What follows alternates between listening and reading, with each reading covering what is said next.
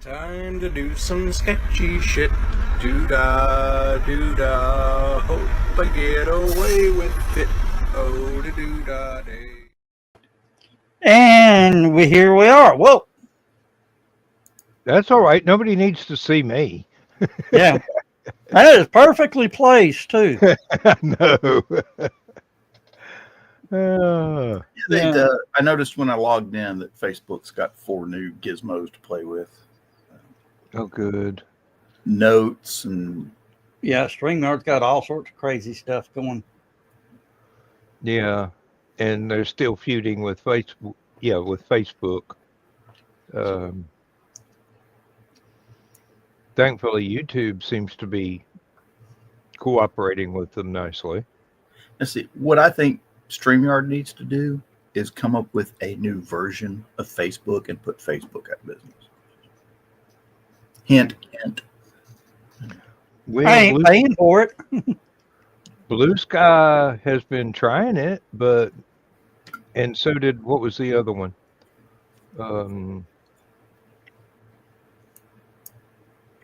I don't remember what the name of it was. I've got it linked over there, but It's useless. it was a howling wilderness. Yeah. Well, you want to know what happened? I logged in, said a couple things, and I got banned from it. You know, we're not going to ban anybody. You got banned. I got banned. Yeah, well. Hell, they knew I was coming. Well, like I said, I don't even remember the name of the damn service. But it was. There's an idea. What? We need to get somebody to start something like Facebook called Bannable. And it's just for people that have been banned on every other site. And the first thing you do when you log in, big explicit language warning comes up. You know, if your panties getting a wad too easily, you know, put on some big boy panties or don't log in. Well, I mean, it was the same. People were making the same posts on YouTube on that platform, and then they'd copy the same post to other platforms too. And it's all, you're entitled to your opinion stuff, but I wish you didn't have to express it to me, sort of a material. Yeah. And here lately, evidently, you're entitled to any of your personal opinions. Just keep your damn mouth shut about them. That's all I'm going to say about that. I've been trying to do it for years down here. Nobody wants to listen to what I think.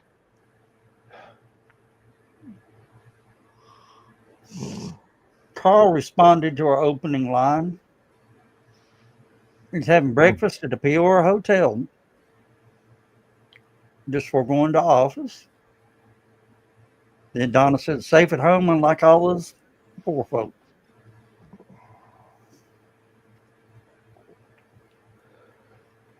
I was at a job site in one of the more affluent areas of town, overlooking Chattanooga.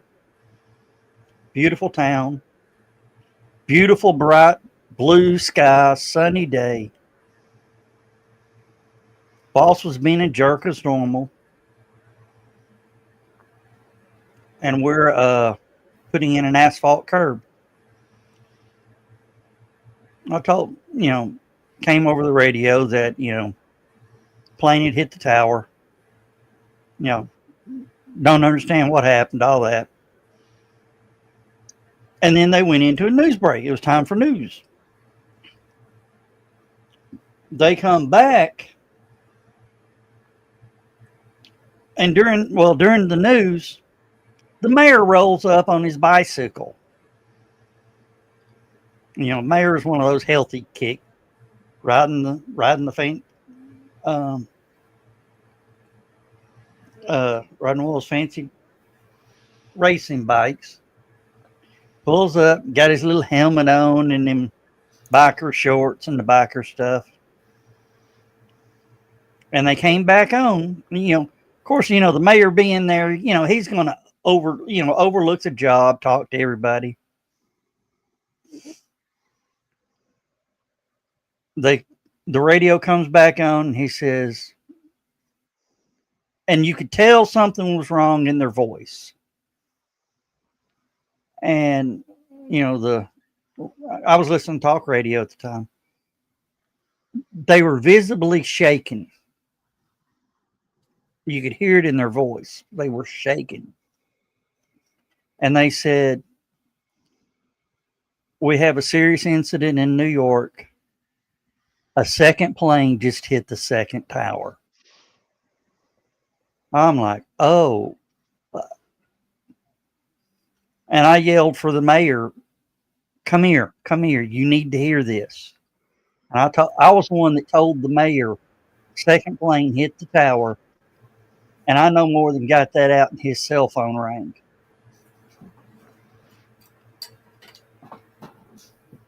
And he goes, yeah, okay. I'm on my way. I'm on the bike. I'm coming straight in on my bike. He went to City Hall, rode to City Hall from, John, you'll know where this is. This is, where the Moon Pie Factory is? Yes. In North Chattanooga? Yes. That fancy neighborhood up on that hill. From there to City Hall, he did it in 10 minutes on a bicycle. Well, if you're up on them hills up on Forest and Tremont, stuff like that, you get a good running start. So yeah. Just don't hit the brakes until you get to a curb.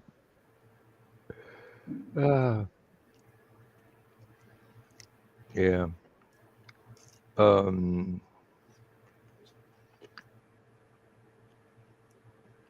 Well, wasn't just the people in New York that were scared. My clock radio woke me up without being set for an alarm because I was on a day off from work. And I got to the living room, turned the TV on, got to the news channel in time to see the second plane hit. And I just sat there for a second and I go, thought the first one was an accident, but two in the same day within an hour? Yeah, we're at war. Minutes. You said when the second one hit, this does not appear to be an accident. Yeah. Somebody just declared war on us, and the time somebody important figured out who. It's not the first time that a plane accidentally flew into a building. A building in New York. Matter. Hell, the Empire State Building got hit by a bomber back right after World War II. Yeah, that did turn out to be an accident. Yes. And then somebody tried to blow up the Twin Towers with a truck bomb in the basement, and thank God they were incompetent. It was the same bunch. Was the same bunch. The thing is, the guy parked the truck in the wrong spot. Because the spot he wanted to park it in was already occupied. So he put it as close as he could, and it just wasn't close enough. Or he might have brought one down. So. Yeah. And if you don't remember, when the planes hit, they twisted. They wanted the tops to shear off.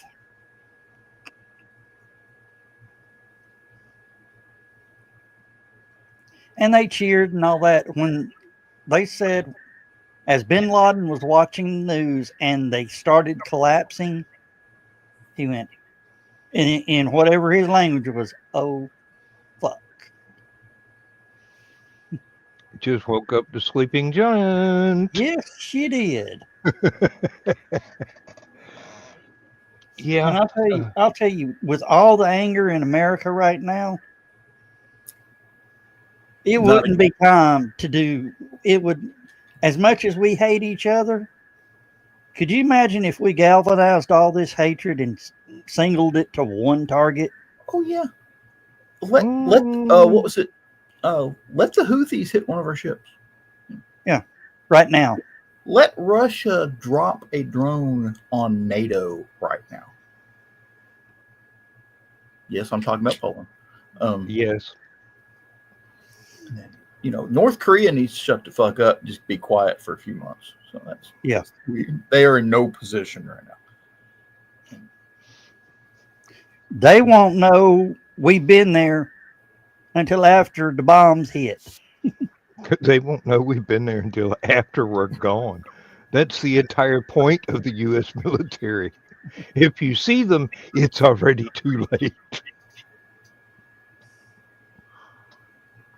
I'll just say when the Houthis started shooting at all those ships just because they were passing by,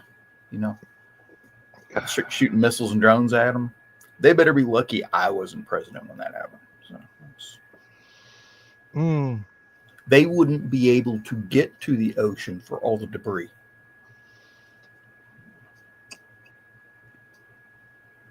You're a whole lot more merciful than I am, John. No, I just take out their ability to receive shipments by ship. Just literally carpet bomb all their port facilities and make everything. See, then they'd have to get everything either by air, which we control the air, or they'd have to get it overland, and the people they're fighting control the overland. So they would be blockaded. Yep. Like I said, you're a whole lot more merciful than I am. Let's leave it at that. I heard one general say, this was in the first Gulf War. He says, guys, I don't know what you're worried about. We're doing this the proper way. But if we want their oil, we're taking their oil. He says, we've got drills that can go 12, 14 miles into the earth to get oil. 3 feet of glass ain't going to be no problem. I see you caught my drift. No, I mean,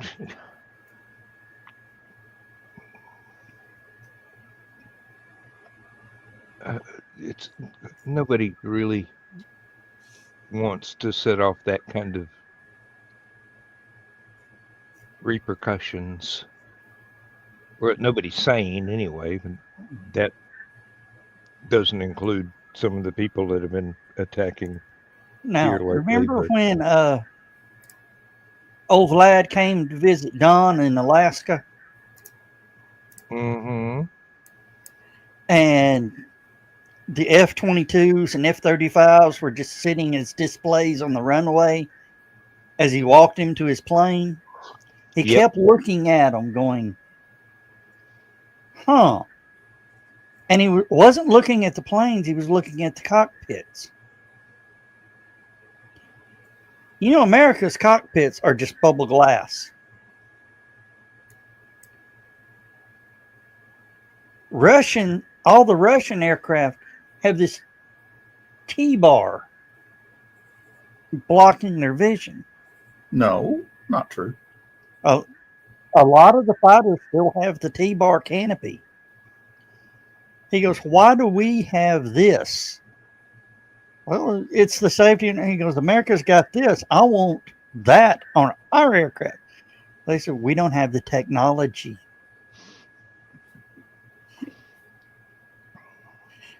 And we're not selling it. But no, a lot of the Russians' planes have bubble canopies.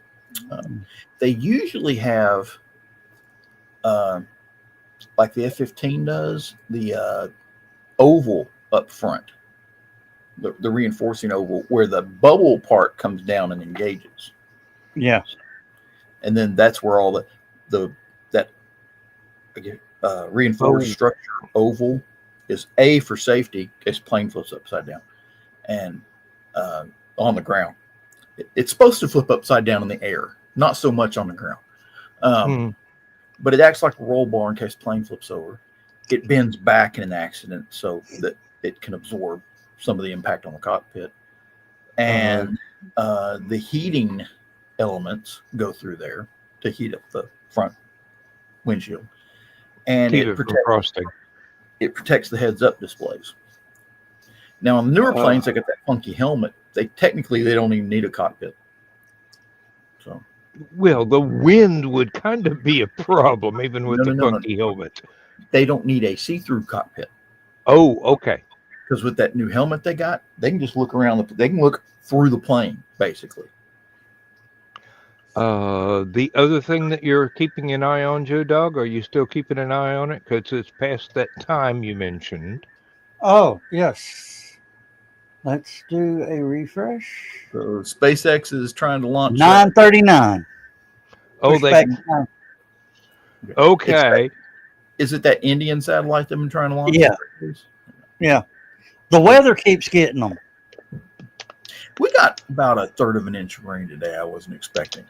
I looked at the weather yesterday, didn't say anything about it, and then all of a sudden it's like an hour before it hit. Hey, you're going to get rained on. Well, we do have a tropical storm in the Atlantic that was just announced today, and there's a slowly dying hurricane headed towards Hawaii at the moment. Or it may be a rapidly dying hurricane at this time. I don't know. It's been downgraded quite a lot since the middle of the week. Hold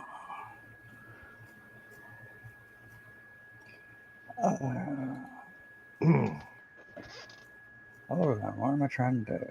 There we go. Yeah, today's storm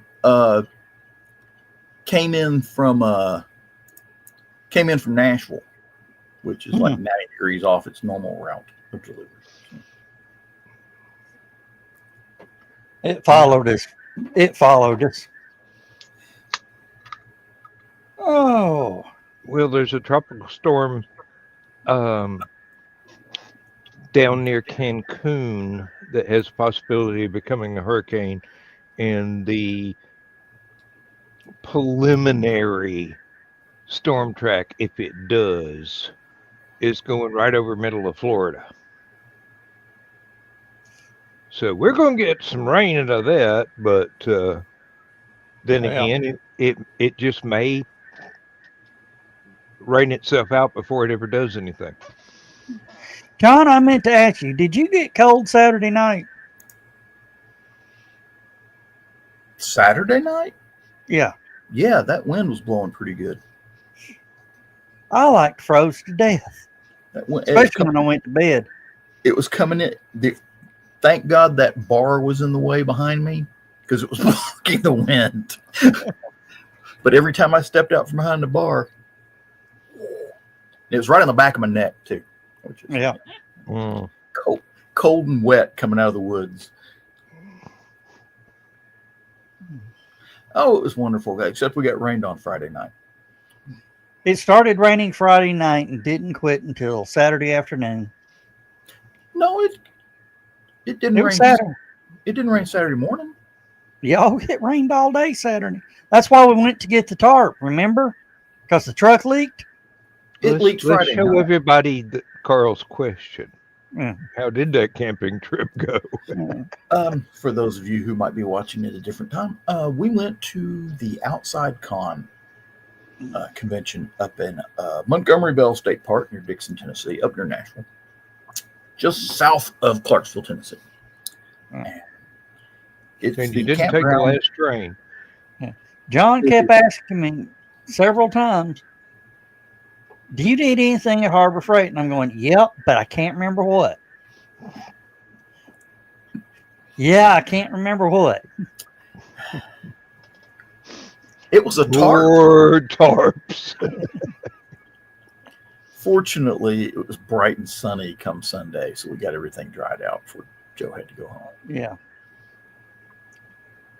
And except for the food, everything's still in the truck. Really? Well, Yeah. you got the fridge in the truck plugged up, right? No, there weren't. Well, they're fridges, but Oh, they ain't. you took the food out. Okay, Yeah. Except sorry, for I the food. misunderstood. Oh, and I really didn't get moving until this morning. I've still got my pile of laundry over here in the corner, and I'm about half unpacked. So, of course, I didn't change clothes as much as I wanted to. I didn't shower as much. Last time I went, I showered every morning. This time, I just showered once. Yep. Of course, Mother Nature took care of the rest of the shower. Yeah. And if you'd had the clothes hanging out, it would have done your laundry for you too.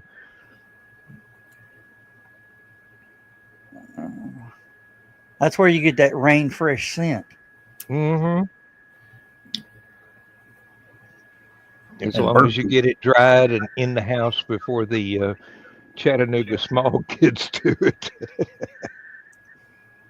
No, we were west of all the smog. Yeah, we were upwind. In case anybody has been concerned,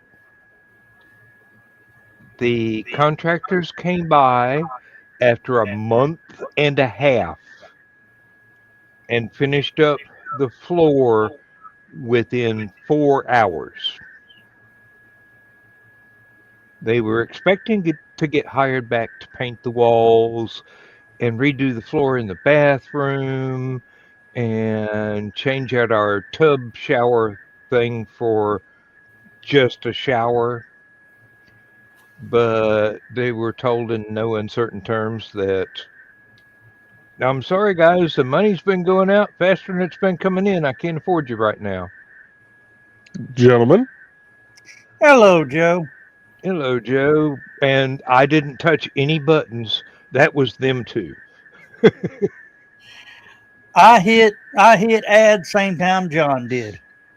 Well, actually, about a millisecond after John did.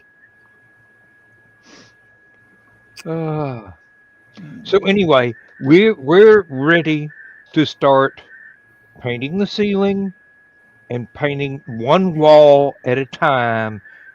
And as soon as that paint on the wall dries, putting up the shelf that's been there for years and start emptying boxes of my books. Well, Dan, no, I ain't driving that far. Never mind. I wouldn't ask you to. I really wouldn't. Dan, if you lived where John would, I'd be over there tomorrow to help you finish painting it. Joe Dog. What? As much as I love you, I'm not asking you to drive 3 hours to work.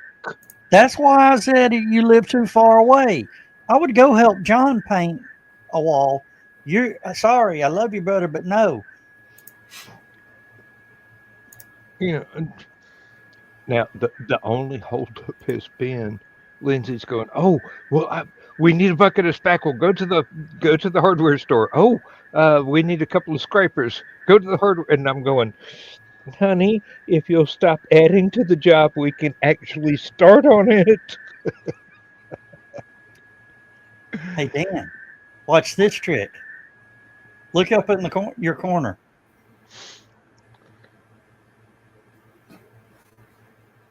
I see live and 3 people watching us. Yeah, where's your position? Where's it normally? I don't know. I don't think he's looking at the right part of the screen there, Joe Dog. Look where all the cameras are at, where the stupid clock logo is. Okay, yeah, I see that. It's covering up my TARDIS now. But you can move it from one side to the other now. Okay, so it's hiding in the background of John's image now. Yeah. Okay, that's a useful party trick. But I don't know if the people watching, if it does it instantly for the people watching, but for us, it Slides across the screen. It does. And if my hand isn't in the way, they can actually see it. There we go. Boop.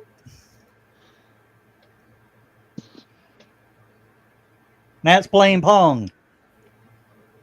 All right, I'll quit. You don't know how much money I spent on that when I was very young.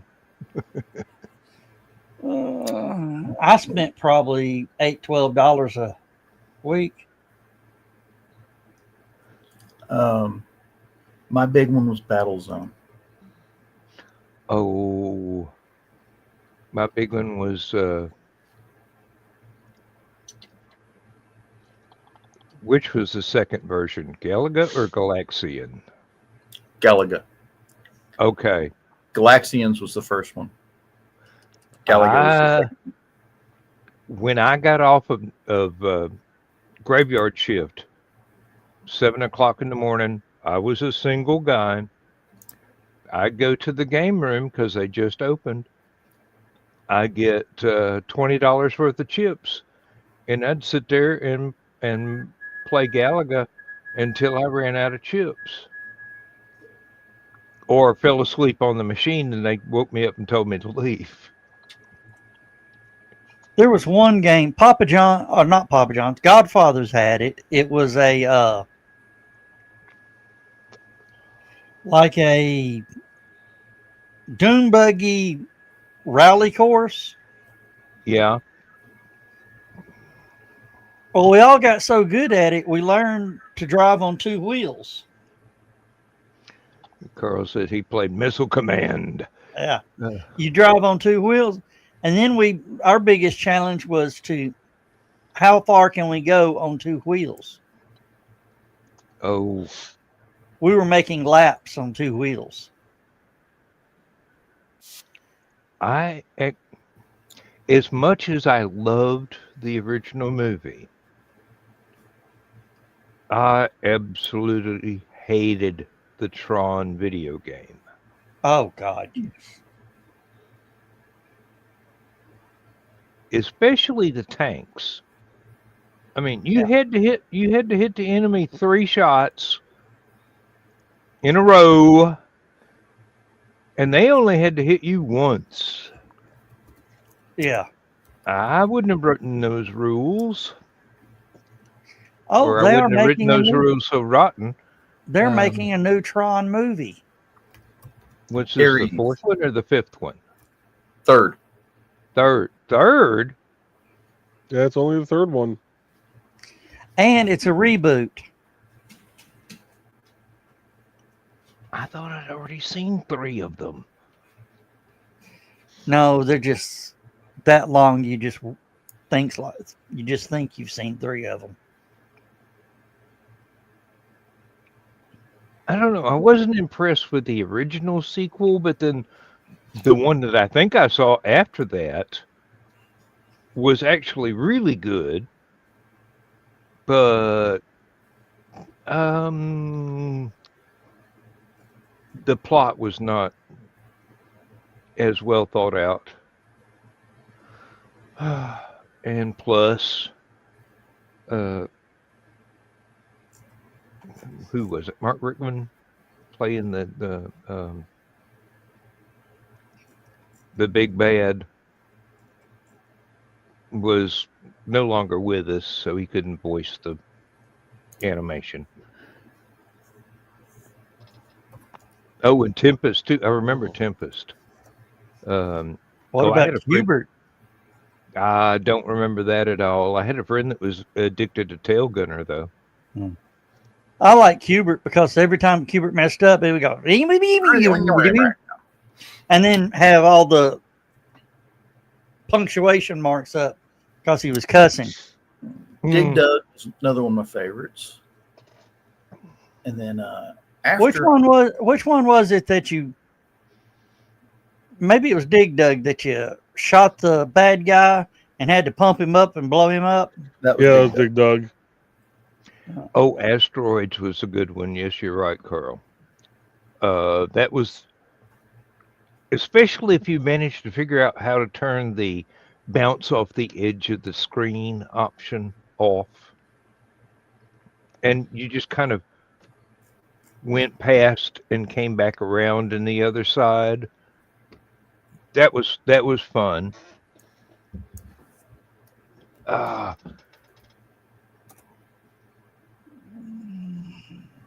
There's a Marinibrium story where people save the world by playing video games that are hooked up to drones that are actually doing all the fighting, and they're thousands of miles away controlling them through video games. If I were a drone operator, okay, I would build an old school arcade game console and put the drone operating system in it, so I look like I'm playing an arcade game when I'm zapping Russians.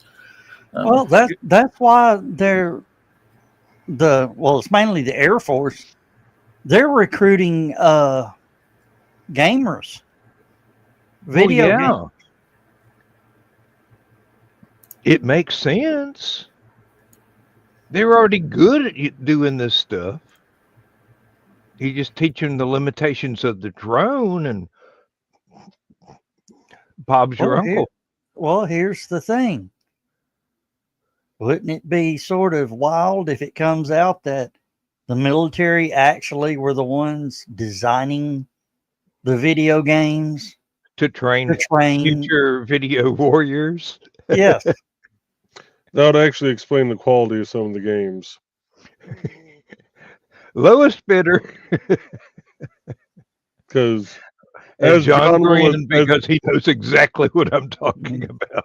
As John will attest, military grade isn't as great as what some people think in most cases. Mm-hmm.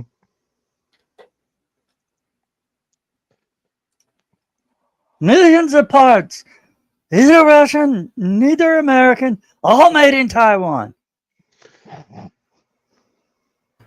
I used to start my grenade class by explaining to everybody that hand grenades were made. It says, how much explosives was in it, what the case was made out of, type of fuse, and all sorts of stuff like that. And I said, and the only thing that's keeping one of these from turning your testicles into something that looks like really bad spaghetti sauce is a cotter pin that was bought from the lowest bidder by the United States government. Yeah. I've never actually seen a real. Pay attention to the rest of my class. I've never actually seen a real one. Is that the same kind of hairpin clip that we used on the tractor on the farm? It's damn near it. It's a cotter pin with one of these through it. I mean, it's. Well, no, cotter pins are the ones that you take the pliers and spread apart. Yes. The hairpin clip is the one with the 3 loops, and you just pull. No, they're cotter pins. Yeah, that way they come out easier. Not the really. hairpin clips. Yeah, they do put a loop in the very end of it once it goes through the grenade. They crimp the end, sort of, so you have to pull really hard. You always see the movie where the guy pulls the grenade with the pin with his teeth. It's a way to lose teeth. Okay. I was just about to say that. And a lot of people don't know this. Most modern American hand grenades have 2 pins. The main pull pin and a shipping pin. When you pull the shipping pin out of the can, you pull that one off before you put it in your gear. And then your gear has a strap that holds everything together. So, in theory. Again, theories are fine in most things, but high explosives, let's see what some practice can do to improve the theory.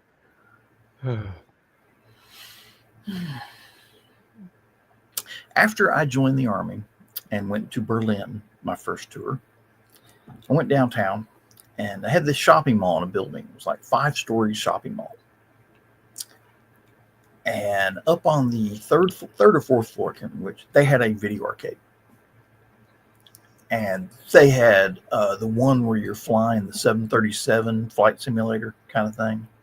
And you got to land at all the different airports in different weather conditions.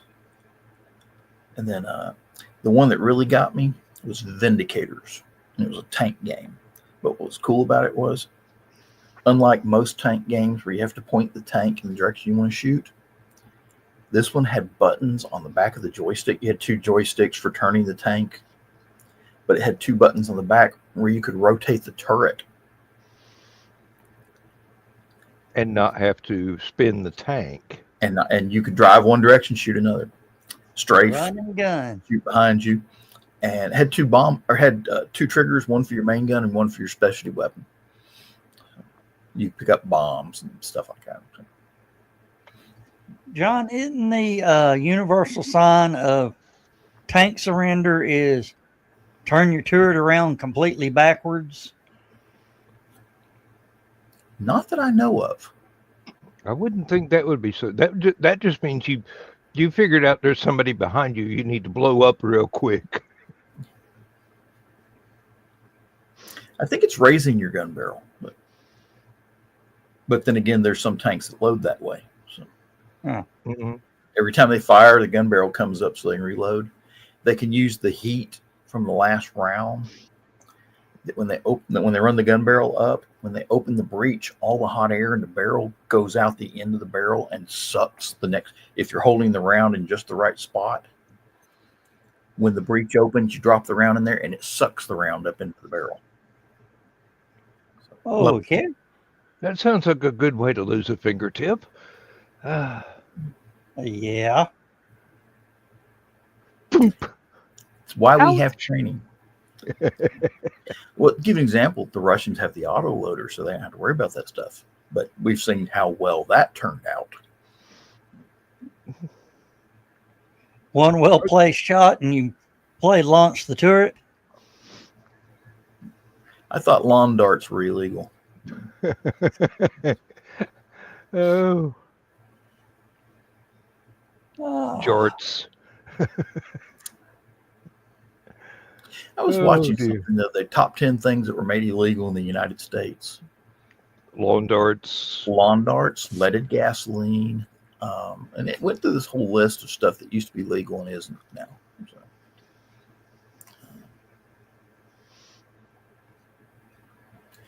what was it? Cigarette machines. Oh yeah. Vending machines for cigarettes. When I first started working at the factory, they had a cigarette vending machine in the break room. I think that might be more of a by state thing than actual like. They had them in the military. U.S. In all the military posts had them, and then beer machines. You have Coke machines. We have beer machines. Yeah,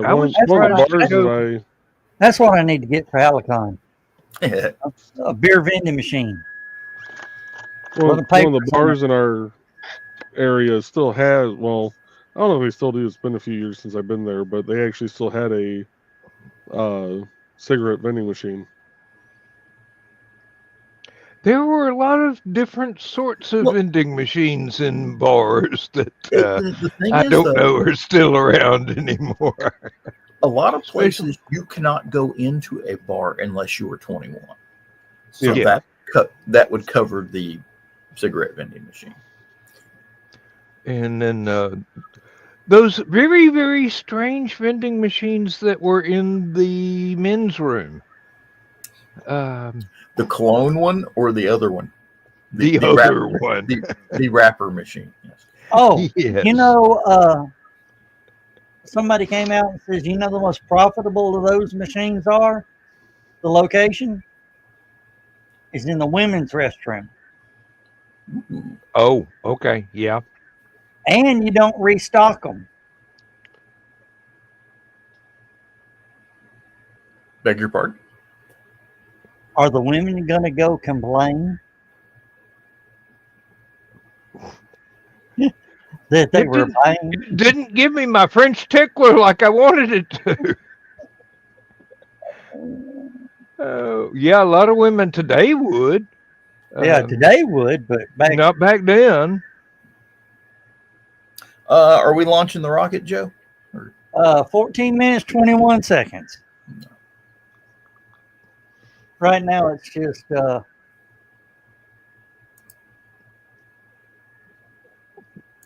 I'm not touching that line, Donna. 9:56 p.m. Eastern Time launch from Space Launch Complex 40 at Cape Canaveral Space Force Station in Florida. New Centaur Lima will be the newest satellite in Pacific Satellite New Centaur's fleet.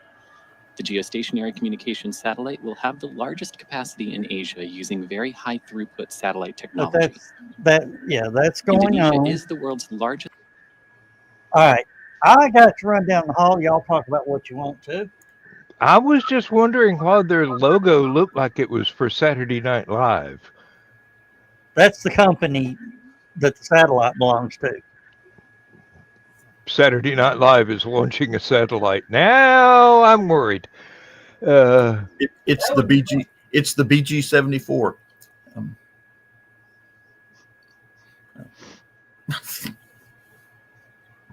Oh God. My world is getting weirder every day.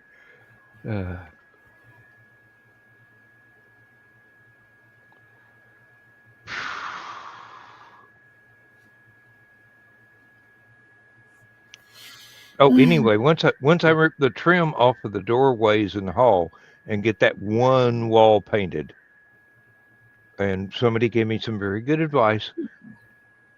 If you don't want it to be obvious, stop at a corner. Don't run the brush over on the other one because the color will change for having more than one coat on it or two coats or whatever you put. Let that paint dry. Put my main bookshelf back up.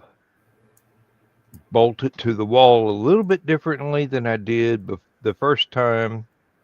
I've got brackets, L brackets over here to sink it into the framework around the two doors that it fits between. Put the trim back up. I thought she wanted to paint the ceiling first, but it seems like she's in a hurry to get the bookshelves back up. So we may be having to hang a lot of plastic to protect not only the floor, but all the bookcases from painting the ceiling. We got 5 gallons of paint for the ceiling. We got 2 gallons of paint for, we're going to go at this. She's got the serial number off the paint. We're going to go at this like one wall at a time. We're not going to try and do the whole house as quickly as possible. So, yeah, looking forward to getting that bookcase set back up. Start taking boxes of books out of the barn and putting them back on the shelf. We're going to move the main DVD, VHS tape shelf into the hallway on the other side rather than the bookshelf that she's owned for decades. I really like that bookshelf. I'm glad she put it in the living room. It's very pretty. But, you know, do all that. It'll give her several more square feet to hang pictures than she had before. And the more boxes of books and tapes and DVDs that I get to pull out of the barn, the more I can break down those shitty plastic shelves I bought just to have some temporary storage. And we can empty out what used to be the guest bedroom, but is now a lumber room. She's going to be very happy about that. She's already expressed how happy she'll be about that. That was a good night. Use your imagination, gentlemen and ladies. And now Joe Dog's back and I can shut up.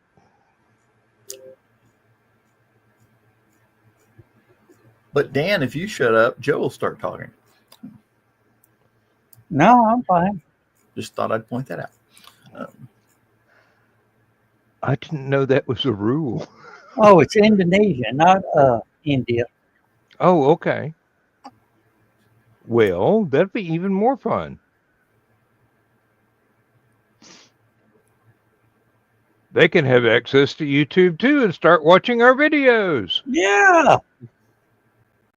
Joe, And I just saw the look on Joe's face. Oh, dear God. No. And they're not likely to file copyright strikes because they want to claim they own the music we use. Oh, Joe didn't hear that. I went to an email address I don't use very much today, and there were 3 separate copyright strikes over me using my own music in my own videos. Yeah, somebody pretending to be YouTube, but not knowing how to spoof the YouTube email that is actual fact. Well, yeah, Good luck, Carl. people. Yeah, I know. Well, Carl says space program, more like a satellite company. They're just exactly like the U.S. We have to hire somebody else to launch the stuff for us, but in this case, it's not Russia. Russia is having trouble getting people booking on their stuff. Well, they're shooting I all the wonder people why. who build rockets. I think they used all of theirs. Yeah, most of the Russian space program was built by Ukrainians. That ought to tell you something right there. Well, there's talk that Roscosmos is about to go bankrupt. Yeah. Nobody hiring them. Nobody and wants they to ain't work getting for that sweet, sweet government money anymore. Not right now. Well, I mean, seriously, nowadays, do they even have a You've heard government? the thing. NASA will no longer allow Chinese nationals to work for them. Yep. Basically, they told all the Chinese nationals that were working for them, "You're out of here." Yeah, as long as you're unfriendly to us. Sorry. Well, I hate to say this, but Look at this, guys. Drone ship a short. Look at the holes burnt in the deck. This particular booster is supporting its is that the ship? today. Yeah. After stage separation, You think they get somebody out there to slap a damn welded patch over that or something? Or at least That some one spackle. puddles. I can weld that. Come on. Well, if they timed it right, the rocket launch could weld for them. Oh, I don't think it gets as it could weld. It just isn't very accurate. You'd have to put a lot of solder down, which is not actually a bad idea. Oh, Lindsay has somehow managed to break the handlebars on the new lawnmower. And it's Break all plastic. Break the what? The plastic handlebars on the lawnmower. You know, if there's one thing I hate, and it's just one of my pet peeves. It's a plastic part where it should be metal. Exactly. Scissors are my pet peeve for that. Is they'll have the metal blades, but they'll have like a half of an inch or quarter of an inch going into the plastic handles, and sure enough, you try and cut something heavy and the plastic breaks. So. Yeah, poultry shears are the absolute worst. The one thing you think that would be full tang. No, they're not. They're not counting on being able to cut through a chicken bone. Do you know how hard it is to find a full tang with metal end cap screwdriver these days? Oh, Carl, I'm sorry, but I'm going to have to embarrass you. I let my wife touch the mower. I bought it for her especially. It was a gift. I didn't realize she's um, able to tear up more shit than I am. No, it's not her fault. It's the fact that they put the controls for the self-propelled on a plastic handlebar that sticks out of the metal one. It's a design fault. It was not.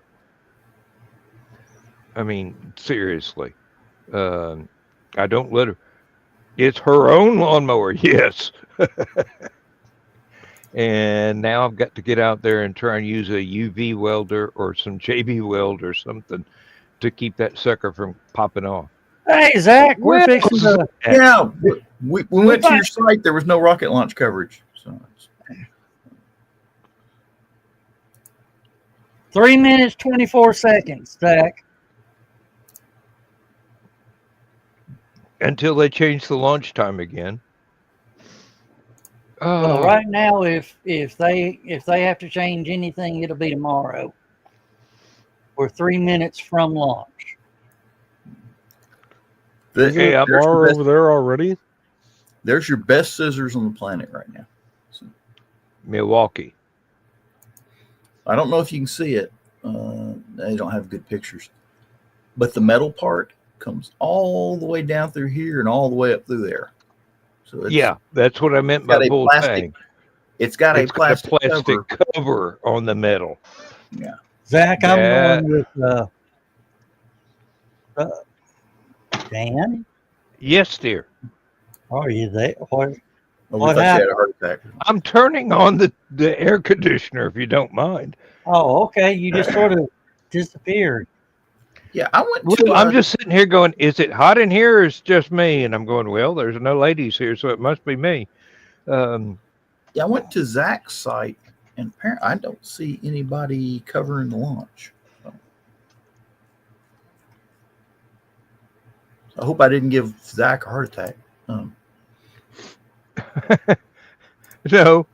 Zach has his explanation right there. And if we make millions, Zach, Joe Dog will never tell you. Yeah. There'll just be a Millennium Falcon parked in his driveway. No, we'll just tell him it's Canadian millions. $5.73. Okay. All right, minute 30. Let's go ahead and bring up theirs. When the vented oxygen hits the Ground wall, right. Humid Florida air, it instantly condenses into clouds. And as you heard there, we are now performing ground gas closeouts, purging all of the lines that just loaded all of that propellant into Falcon 9 to get them ready for liftoff today. Speaking of which, Zach needs to get in here. Coming up in just a few seconds, we will... I want to talk to him about that rut I saw on the internet. Falcon 9 is in startup. And with Falcon 9 in startup, Falcon 9's computers have taken control of the count. We should hear a final go, no-go for launch call from our launch director in the next few seconds. Launch director, go for launch. And with our final go for launch and a good weather forecast here for the final 30 seconds, let's sit back and watch Falcon 9 take the New Centaur Lima satellite into orbit. T-minus 30 seconds. Yeah, it's got to be at least 45 seconds till the hurricane gets there. What the hell? I didn't do anything. T-minus 15 seconds. E-minus 10, 9, 8, 7, 6, 5, 4, 3, hold. 2, 1. Engine full power and liftoff. Go SpaceX. Go New Centaur Lima.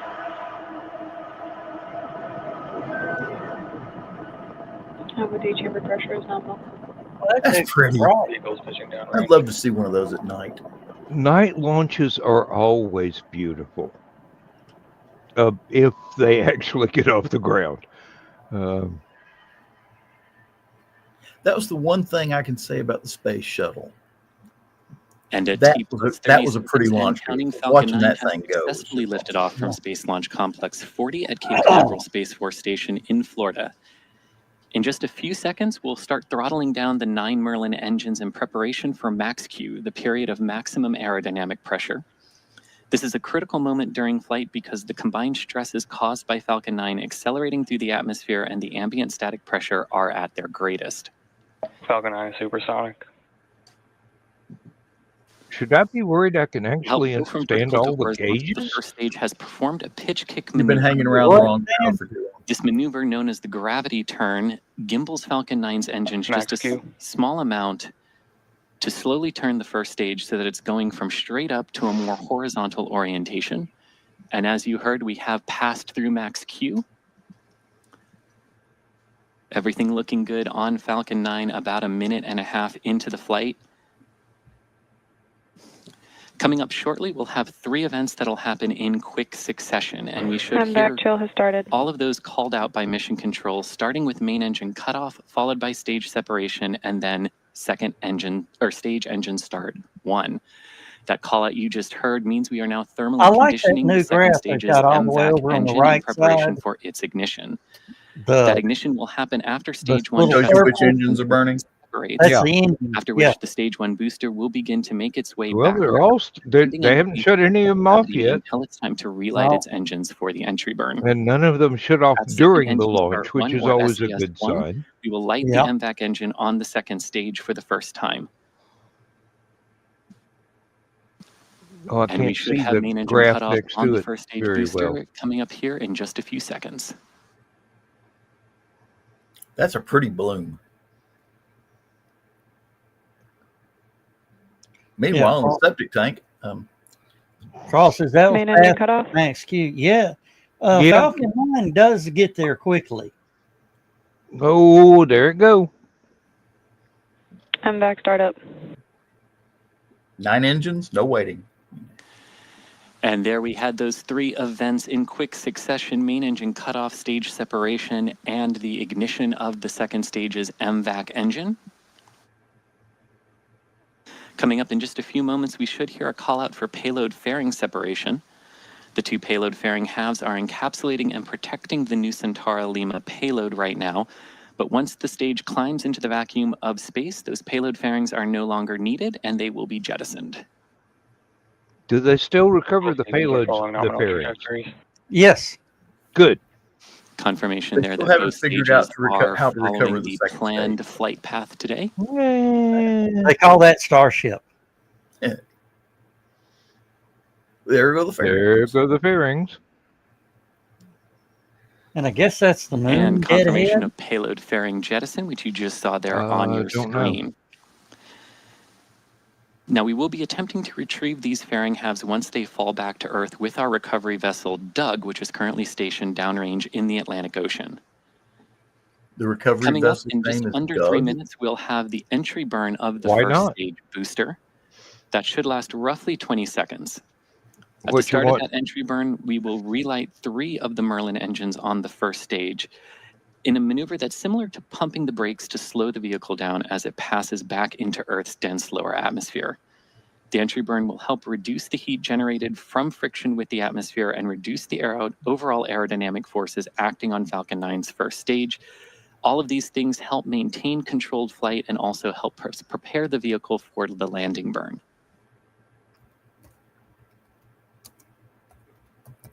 During that entry burn, Falcon 9 will be decelerating by firing its Merlin engines, but the vehicle is still moving quite fast at this point. This causes it to fly through its own engine's exhaust, also known as the rocket's plume. This deposits a layer of soot on the outside of the vehicle, which is why our flight-proven Falcon 9s look the way that they do. That soot comes from the carbon-based fuel that Falcon 9 uses, and with each flight, that soot builds up a little bit more on the outside of the vehicle. Now, just over 5 minutes into the flight, you can see the telemetry for stage 1 there on the bottom left of your screen as it descends through 110 kilometers altitude. On the right-hand side of your screen, you can see the telemetry information for stage 2 as it continues to accelerate onwards towards orbit.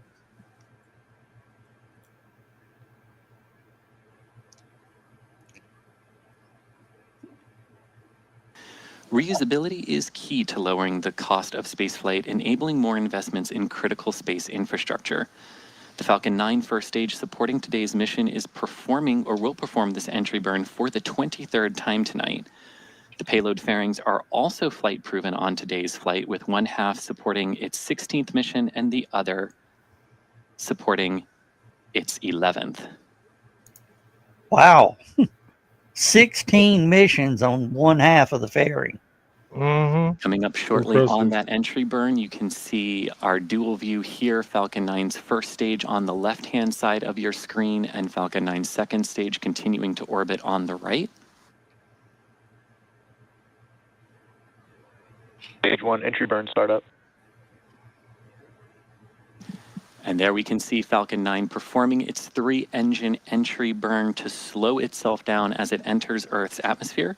This burn should last about 23 seconds and will help prepare the vehicle for the final landing burn down onto the drone ship. Just like Stage 1 entry burn shutdown. just like God and Robert Heinlein intended.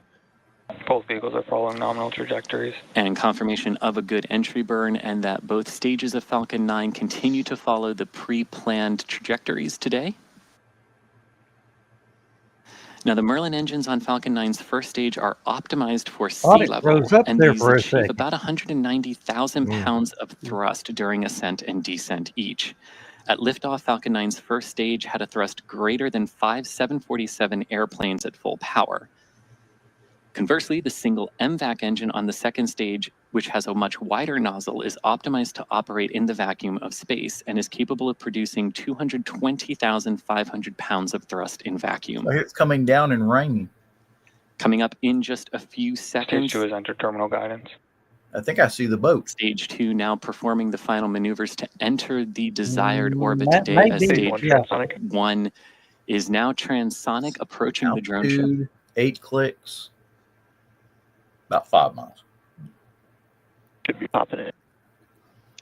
You don't They have don't to light it translate up just in 'cause the we're eggs. American. Is headed for the shortfall of Gravitas drone ship stationed in the Atlantic Ocean. And stage 2 is preparing to shut down its engines after achieving the initial parking orbit today. Stage 1 landing bird. And there we MVAC shutdown. see just about the same time Falcon 9's first stage reigniting its center Merlin engine for the landing burn, as stage 2's MVAC engine cut off after reaching orbit. Takes that bugger a long time to Stage 1 cool landing off. bird doesn't deploy. it? Oh my God! Right on it. Nominal parking orbit insertion. Right on the bullseye. No X kidding. marks And the Falcon spot. 9 has and Joe, landed those on were the holes, those were shortfall water of puddles. Gravitas They're drone what? ship. Those were Just water as puddles. it was See touching them down, we disappear also when the had rocket hit it? confirmation that stage 2 Oh, is okay. in the correct orbit. And So with you- that, we now have roughly 14 minutes of coast as the second stage moves to the point in its orbit to do its next burn, which will send the new Centaur Lima satellite into a geosynchronous transfer orbit.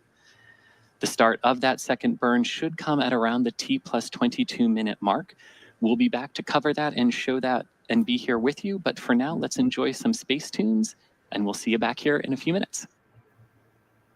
And we'll come back to our thing.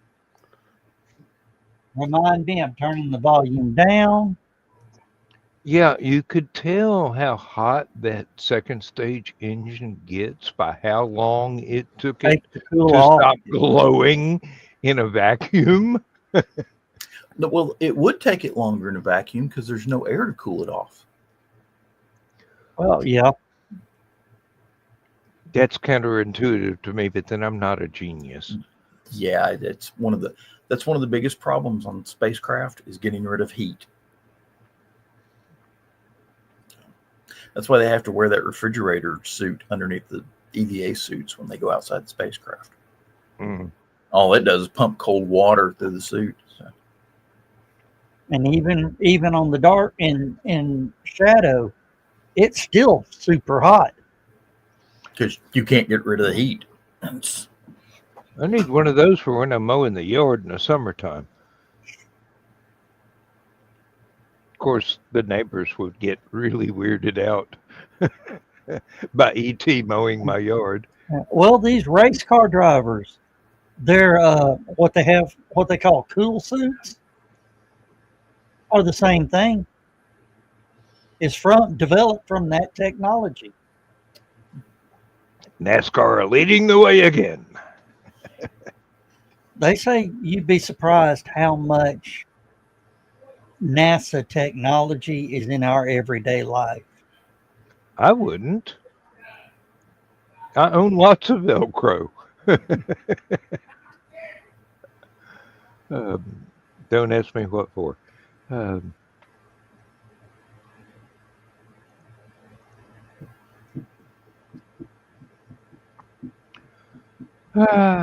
All right, it's running at a speed. It is coasting at a speed of 27,058 kilometers per hour at the altitude of 156 kilometers.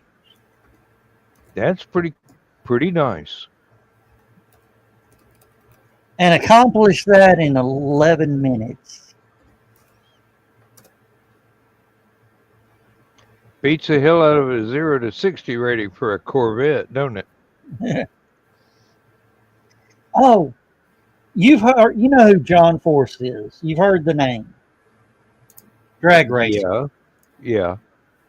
His daughter, a couple weeks back, set the new world's record for top fuel dragster. 347 miles an hour in 1,000 foot. Talk about fast women. They're trying to figure out how to slow the cars down again. Don't put any gas in them.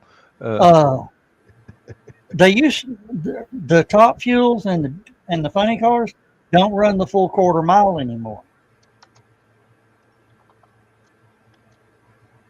Their speeds are too high.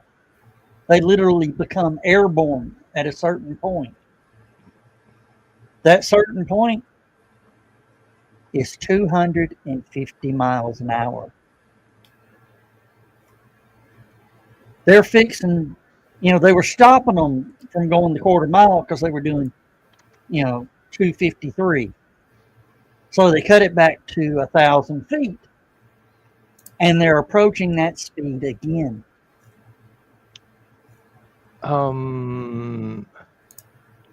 That explains some of the design peculiarities of the Salt Flats land speed record cars. Yes. They got to have fins on them to keep them down. Yeah. I mean, they're going at the speed of sound and faster.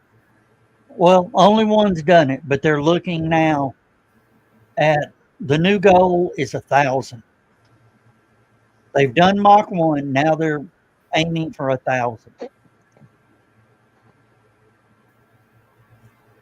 I want to see footage of that. Although, it'd have to be on a slow motion camera for me to see it. I can't see bullets going by. I can just hear them.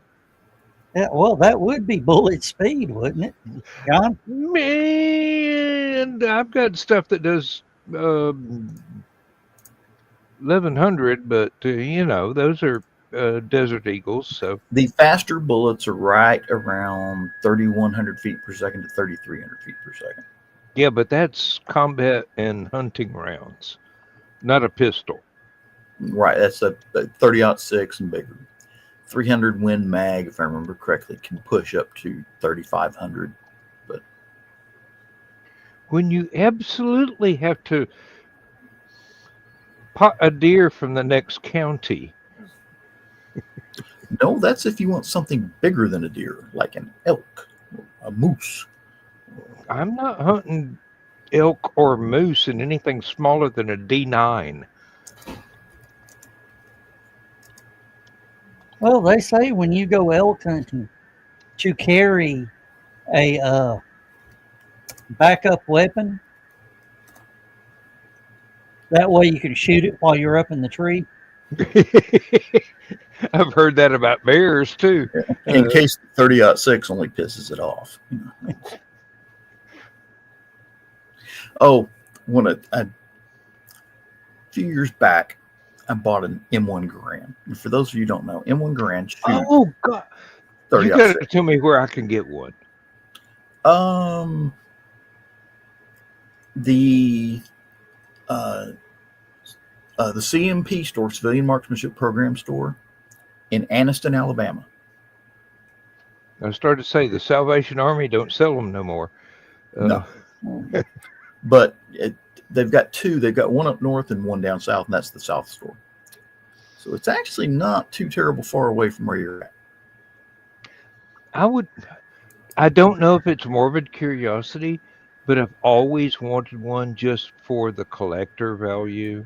I mean, not that I'd ever resell it. It's just having that piece of history. Okay. The rifle fastest. that won the Second World War. Yeah. But anyway, I bought an M1 Garand, and M1 Garands shoot 30-06, 30 caliber model 1906. That's what the thing. That's why they call it. Okay. I thought they were just 30 caliber. It is, but it's 30 caliber model. See, the Army's had 5 different 30 caliber cartridges. Oh, okay. Okay. You got the original, like the 30-30, which was not terribly popular, but the military did have some. Your 30-40 Krag Jorgensen, 30 caliber. The original 30-06, the M2 30-06, which is a little bit more higher in power. 30 cal carbine, and your 308 or 7.62 by 5.1, which is 30. And then they had some rifles in 500 Win Mag too for snipers and sharpshooting rifles, but those were specialties, so they're not. Well, I've got the cowboy version of the 30-30, and I've got a hunting version of a 308. Evidently, one guy was at work, was going through a divorce, and he sold me a Ruger 357 and I think it was a Marlin 308 with a scope already. And I go, I don't hunt, but really, dude, I'll give you some money for it. And in the 30-30, I got at one of the local sporting goods stores. I had bought a Marlin in 45 long Colt, and it wouldn't chamber rounds. I took it up there to him and said, "Look, if you can tell me how to make it chamber a round, I'll keep it." They couldn't. They took it back to their own little shooting gallery. They couldn't make it chamber around. There was something wrong with the loading gate or the feed gate, the feed ramp. And they said, "Nope, sorry, can't do it. Take your pick." And I picked out a 30-30. Like I said, I don't hunt, but I like to be prepared. That never hurts. Hey, I mean, seriously, as stupid as the world gets sometimes,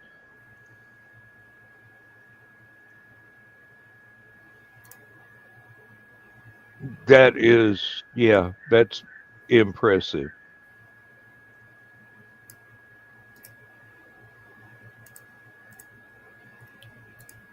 Okay. Now, the Desert Eagle 44 Magnum I've got reaches just a smidgen above 1,100 feet per second. I love the name of this round. Ear splitting Loudenboomer. Yeah. Uh, It's almost as good as the cartridge I was designing, the 44 Deathbringer.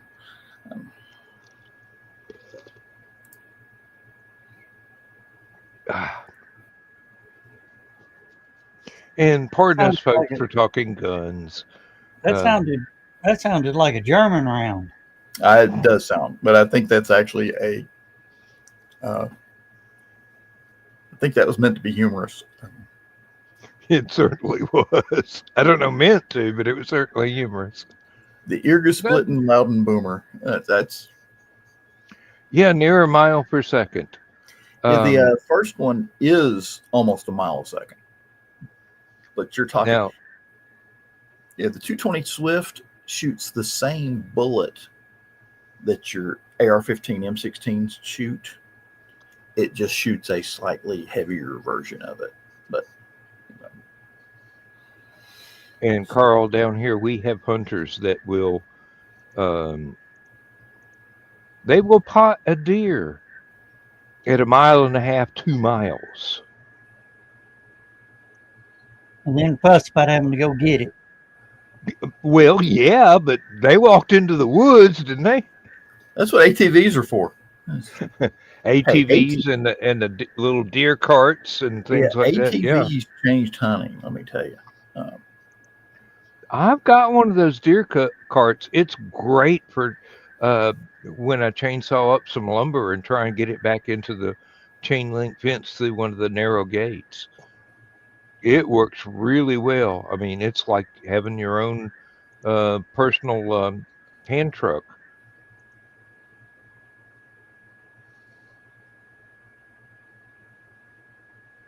Oh, well, guys, guess what? 12 What? minutes. Oh wow. Right? We've already done the whole show? Just about. Well, NASA did some of it for us. So that's, Oh, well, That's No, SpaceX. no, This is SpaceX did some of it for us. true. Same difference. NASA sitting back going, just some money. Uh-oh.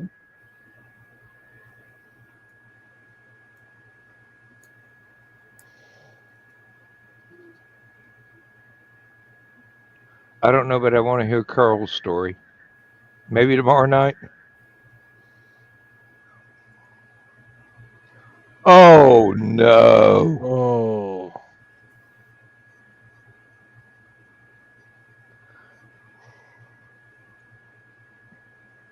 Yeah, I would be a little upset too. Well, then again, some knuckleheads Burn have of driven second stages cars impact through your engine yard too, haven't they? Uh-oh. This is a second burn. Yeah. Look at that speed increase. Mm. MVAC shut down. oh man, they just got going good. Something just fell off. Confirmation that the MVAC engine shut down as expected. For the next 7 minutes, we'll be in another coast before we reach Nominal orbit insertion. deployment of the new Centaur Lima satellite. And there was confirmation that we are in the proper orbit for payload deploy. So with that, we're going to take a short break, and we'll see you back here in a few minutes at about T plus 27 minutes. How far can one of them mothers go if you just leave the afterburner on and keep going? Let's see. They've gone to the moon a couple times. It would break orbit. That is 163.5 miles up for those of you who don't use the metric system. It's gained 100 kilometers in seconds. I wonder how they judge the speed. Relative to Earth at launch. You really, they gain a. Well, I'm not going to say this like I was an expert. Depending on the direction they go, They gain a little bit from the Earth's rotation, but not that much. And then the thrusters kick in, and they go. See that? All that frost kicking out of there. Is that supposed to be doing that? Yeah. No way to prevent it. I mean, there was footage of frost coming off an Apollo on its way to the moon, almost right before they landed. So, Well, I mean, the thing is, though, is it supposed to be there like that? Because I don't remember ever seeing that before. anything that keeps it from overheating enough to blow up, yep, that's good.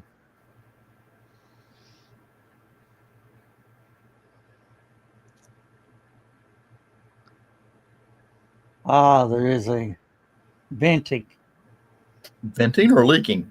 Just a vent. Yeah, because you saw the cover move. I don't think that was a cover. I think that was frost. I think that was just a big ball of frost. Could be. I'm not an expert. Oh, just because it looks fibrous. It doesn't look like it's a actual cover. Well, they're building another one. Yeah, it's building up another one.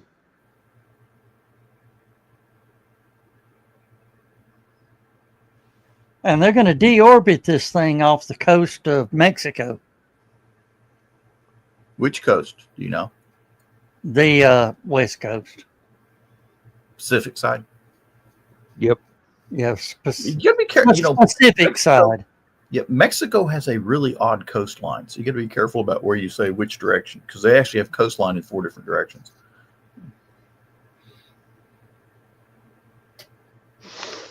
It's on the western side of the country. Does SpaceX have a pickup barge out there, or are they just going to let this one splash? Yeah, they don't recover this part. That was my one erg about the Falcon 9 system, is they always lose this part. So, the rest of it they recover. Well, they'll work on it. Yep. Poland. Oh, in Indonesia. Oh, Poland flipped the other side. well, they had red and white flag. Yeah. Poland's the red's on top, white's on bottom.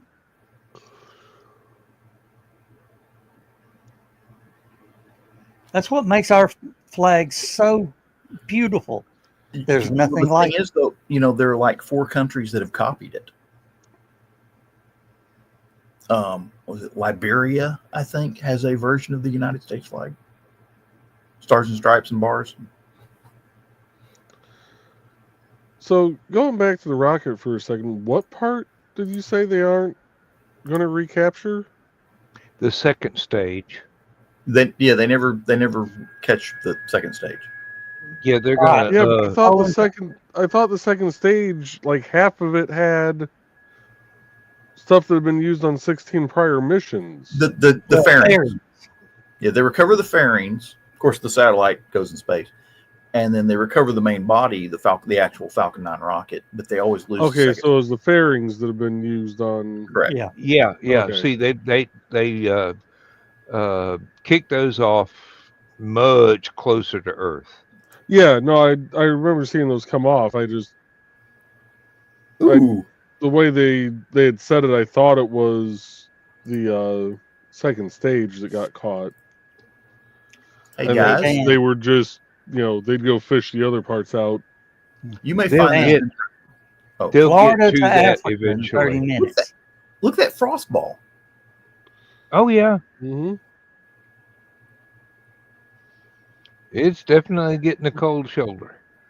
Look at the altitude. I don't know about y'all, but I can't breathe that high.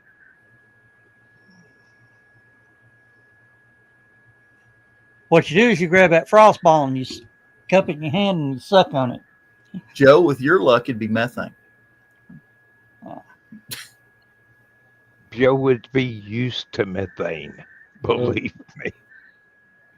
I was going to say, he survived when his office door is shut, so... Okay, this may interest some of you. We now have drones that can launch drones.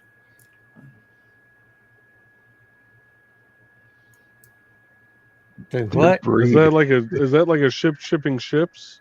Yes. They're breeding.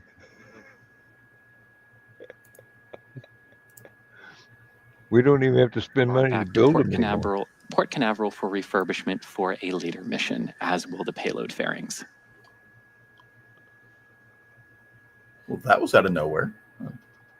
Mm. Are they getting Joe, ready? turn the volume up.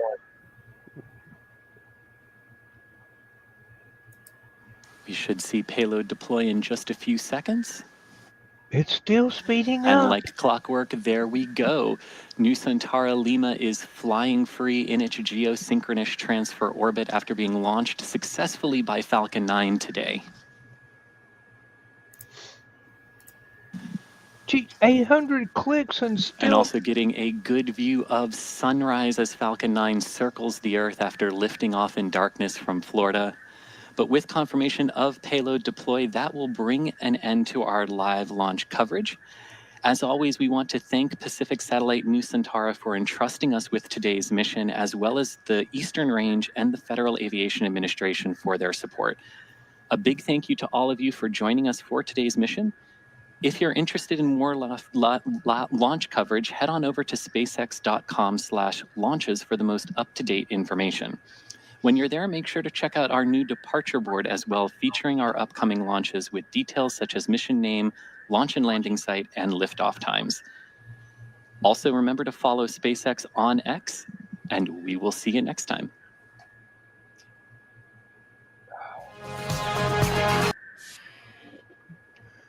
I still miss hearing Zach's voice when watching a rocket launch. They really need to hire that boy, let me tell you. He has one of the best radio voices for that sort of stuff.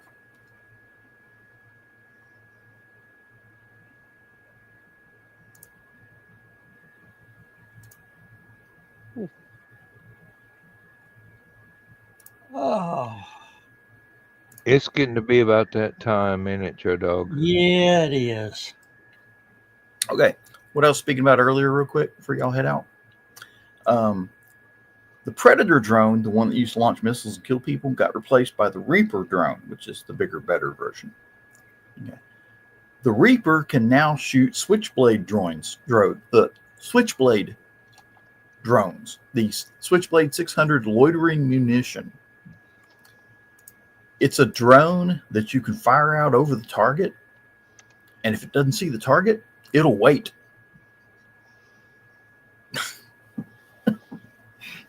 Come out wherever you are.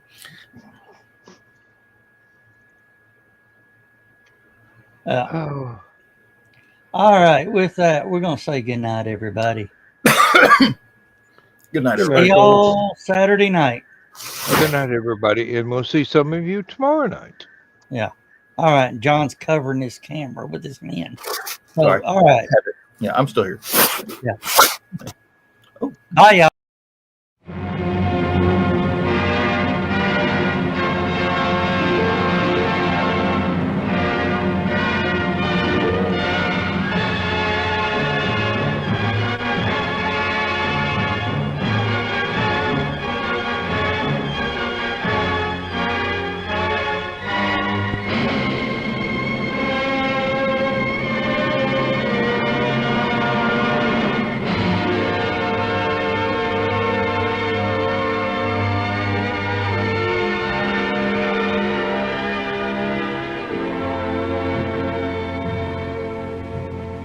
I have slept the surly bonds of earth and danced the skies on laughter-silvered wings. Sunward I've climbed and joined the tumbling mirth of sun-split clouds and done 100 things you have not dreamed of. Wheeled and soared and swung high in the sunlit silence. Hovering there, I've chased the shouting wind along and flung my eager craft through footless halls of air. Up, up the eternal, long, delirious, burning blue, I've topped the windswept heights with easy grace, when never lark nor even eagle flew. And while with silent, lifting mind, I've trod the high, untrespassed sanctity of space, put out my hand and touched the face of God.